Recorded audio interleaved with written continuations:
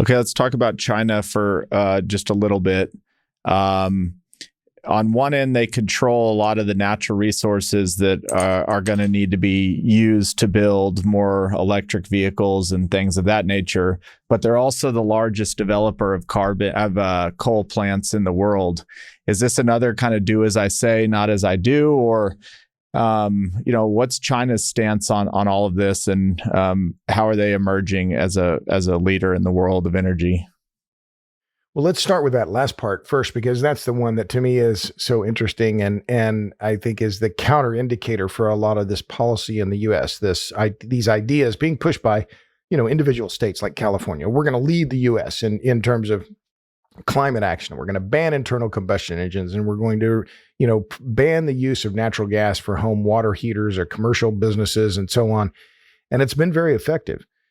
But China, according to the latest numbers that just came out from Global Energy Monitor, last year, China was permitting and or beginning construction of one new coal plant per week, roughly.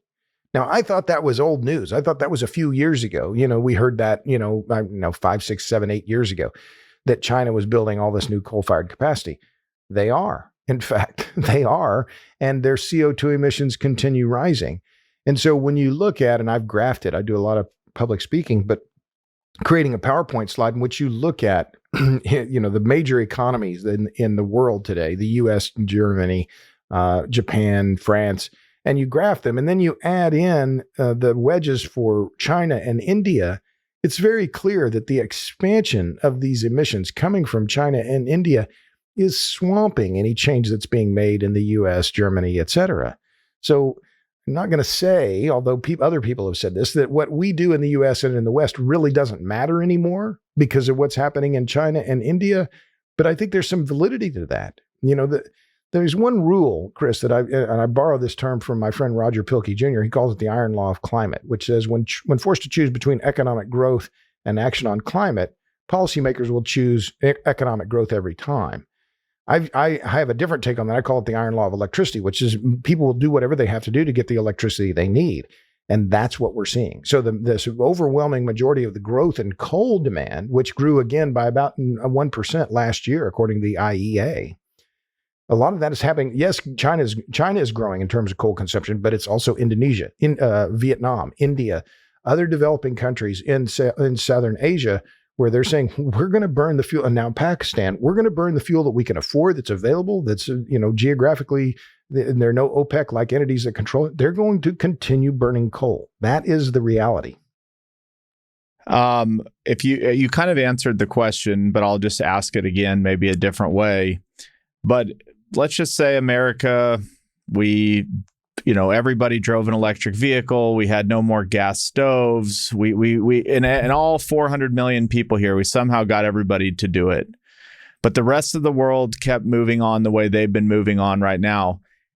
Would it even matter because we all live in one globe? It's not like America has the climate above itself. We all are benefiting, or we're all part of one globe. If all these things that America keeps preaching actually happened and we got 100% adoption, but China kept building their coal plants, the rest of the world kept doing it, is it virtually like we're not putting a dent in the universe? I wouldn't say it has no value, but it's next to no value, I would say. As I said before, ultimately, I think what's happening now in the U.S., we've reduced our CO2 emissions on a nominal basis more than any other country in the world over the past 10 to 15 years. Largely because of the move away from coal and toward natural gas. But still, those savings have been swamped by the growth in the developing countries, and they will continue to be swamped by the growth of economies in the developing world. And why is that? Because energy poverty, Chris, around the world is rampant. And I talk about it in my latest book, A Question of Power. There are more than 3 billion people in the world today who live in countries where per capita electricity use is less than what's used by an average American refrigerator. So I'll repeat that. So the 3 billion people living in countries where per capita consumption on average is at less than 1,000 kilowatt hours per capita per year. So particularly in Africa, you have hundreds of millions of people living in dire energy poverty, and they will do whatever they have to do to get out of it. They don't want to burn cow dung and wheat straw and wood anymore. They want to use butane. They want lights. They want what we take for granted. So it's a global issue. It's going to take global cooperation. But I don't, what I see is a lot of rhetoric, and what I see in the numbers is the CO2 emissions continue to rise, as they did again last year per the IEA. And so I don't think it's a bad pursuit and a bad ambition for folks in the United States to want to lower their carbon footprint.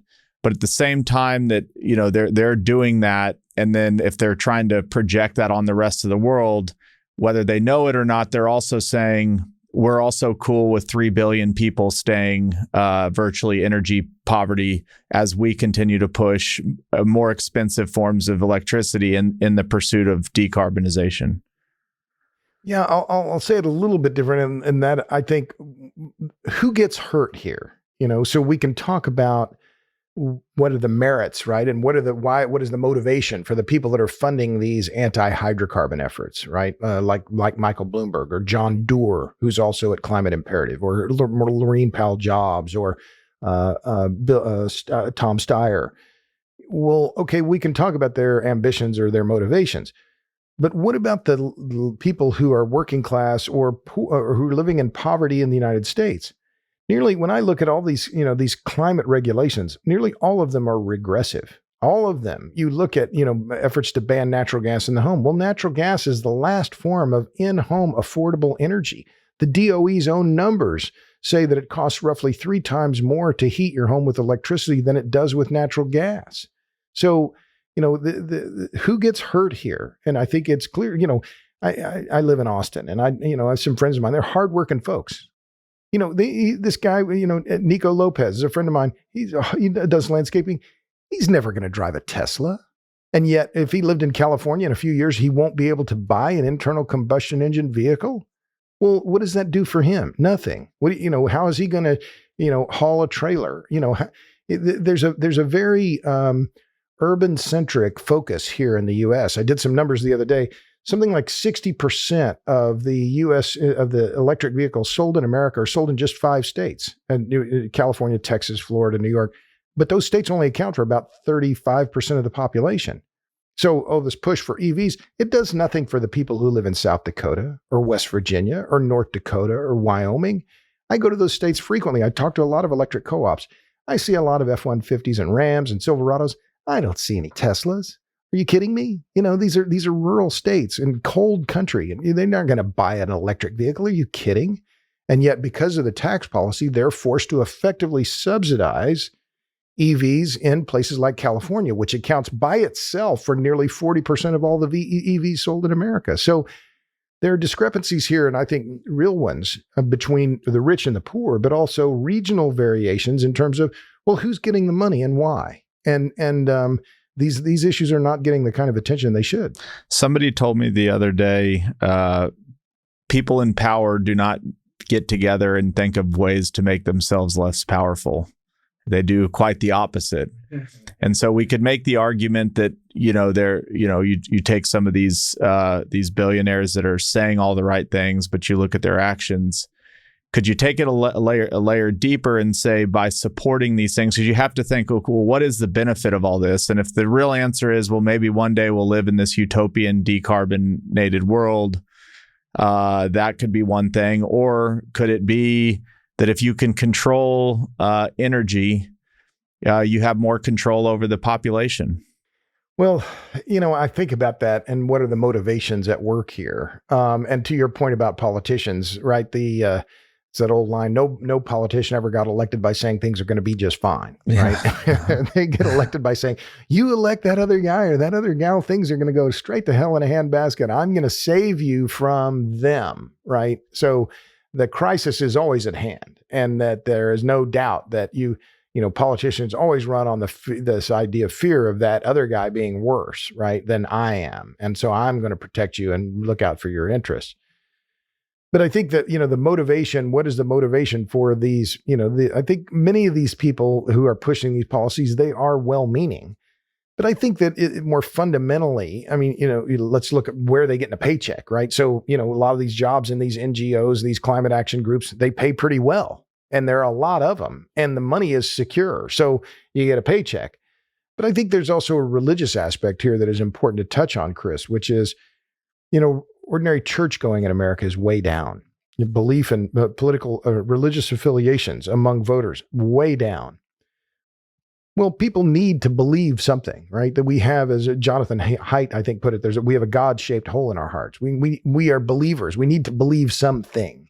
And so what I think is part of what is behind all of this climate-ism is a religious belief in that we humans have sinned against Earth and we need to repent. And so when you look at these ideas around carbon credits, you look at these ideas about, the despoliation of the earth, just as Adam had fouled up in the garden, and they had to. A lot of this rhymes with this idea: we're going to go back. We're going to go back to the garden. We're going to use less, eat less. We're going to rely on natural energy, solar and wind. We're not going to use that unnatural nuclear. We're not going to do those things. Instead, we're going to redeem ourselves in the eyes of the earth. Right. So these kinds of images and this kind of rhetoric is there's a lot of religious overlap at work here that I think is a fundamental driver of a lot of this policy and belief, both among the politicians and among large segments of the voting population, particularly younger people. A lot of them, been inculcated in schools in this kind of belief system.